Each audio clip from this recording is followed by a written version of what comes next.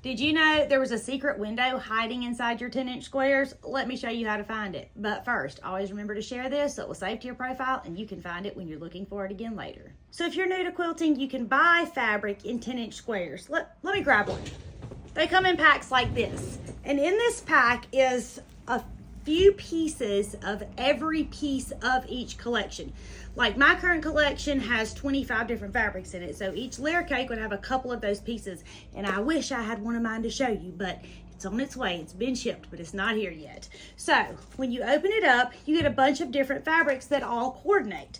So if you take one 10-inch square, this is the really snazzy part. There's so many things you can do with this that you don't even realize, or I didn't realize for sure.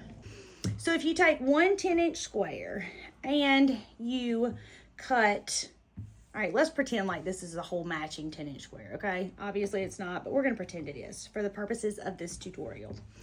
If you take a 10-inch square and you cut 2.5 inches off the top and the bottom, and then you cut 2.5 inches off the side, this is what you get. Well, then you change your centerpiece and your outside pieces with the pieces from another block, and this is what you get. Is that not the neatest ever? And super simple, super simple. So you take a pack of 10-inch squares, you cut 2.5 inches off of one side, 2.5 inches off of the other side, and then 2.5 off the bottom, 2.5 off the top. And what you have is a 5x5 square and these pieces all the way around. So then you just sew them back together and you have the most precious block. So how you sew them back together is you take one of your side pieces and you lay it on top of your centerpiece, pretty side to pretty side. You sew down this side, straight stitch, 1/4 inch seam, back stitching when you start and when you stop, because my grandma said so. Okay, so we've sewn that. Now we're gonna take our other side piece and sew it to the other side, the same way.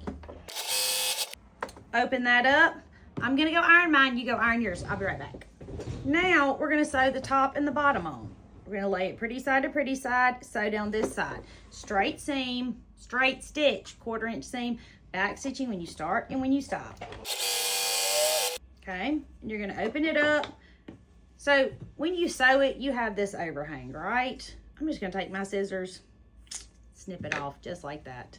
The quilt police will yell at me for doing that because I should probably take it to my cutting mat and square it up, but nobody's got time for all that. Okay, next piece, down the other side.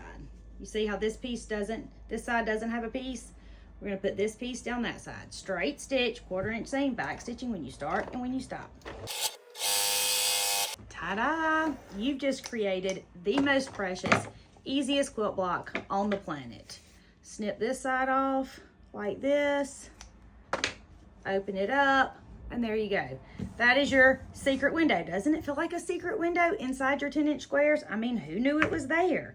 So now you've cut all of your squares and you have all of these individual pieces, right? So here's another one that's gonna go together from the same collection. Do you see how that comes from one layer cake? So you get all of the coordinating fabrics, so you don't have to worry about choosing the fabrics because that can be intimidating.